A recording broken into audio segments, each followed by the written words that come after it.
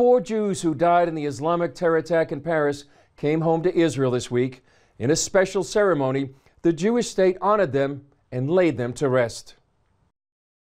Israel's leaders, including the Prime Minister, the President, and the Mayor of Jerusalem, paid respects to the family and friends of the victims.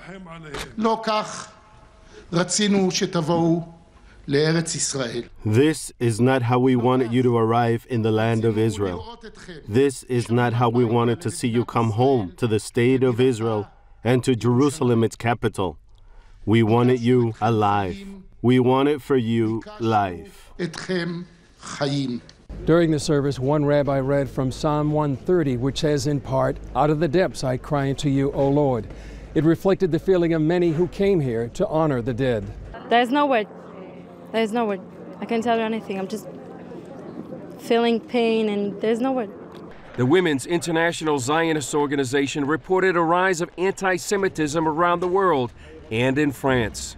We saw now that we can die because we are Jewish in France now, and this feeling is a really bad feeling. We are really sad for all the Jewish community.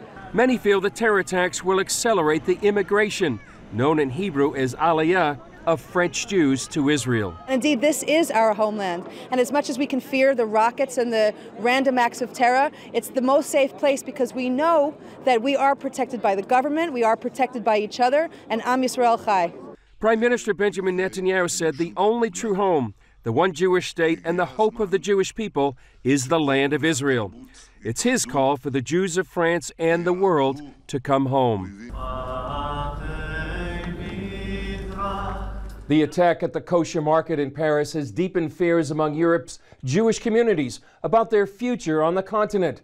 The Paris murders came just months after deadly strikes on a Jewish museum in Belgium and a Jewish school in southwestern France. Leaders in Israel are encouraging European Jews to immigrate to the Jewish state. CBN News spoke to the director of the American Jewish Committee office in Paris, Simone Rodan Ben-Zaken, about how the French government is responding to the attacks. The reality is that the government has taken this already relatively seriously. Only a few months ago, the government passed the anti-jihad law in the French parliament. The government, the prime minister, just gave a speech at the parliament where he clearly stated that he wants new recommendations from the minister of interior in order to reinforce the arsenal in order to be able to combat this very, very dangerous threat to our society. How can the government there protect the people, and especially Jews, as they go about their daily lives? Well, they have already started to do this. The government has deployed more than 7,000 policemen on Jewish sites. It has reinforced security in front of Jewish schools, in front of synagogues, but it can't be enough. It can't only be that. If the perspective for the outlook for the Jewish community is to be basically living in some sort of prison, it can't be. This can't be a future. So it's obviously important. It's obviously reassuring for the Jewish community, but it can't be only that.